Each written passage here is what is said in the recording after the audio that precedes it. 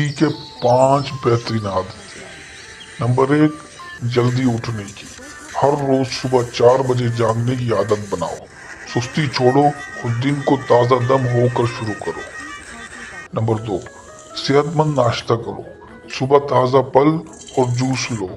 यह जिस्म को मजबूत और मुतारिक बनाता है और ताकत बढ़ाता है, और पानी मजीद पीना चाहिए। नंबर 3, सुबह की सैर करो। हर रोज 30 से 45 मिनट की वर्कआउट करो।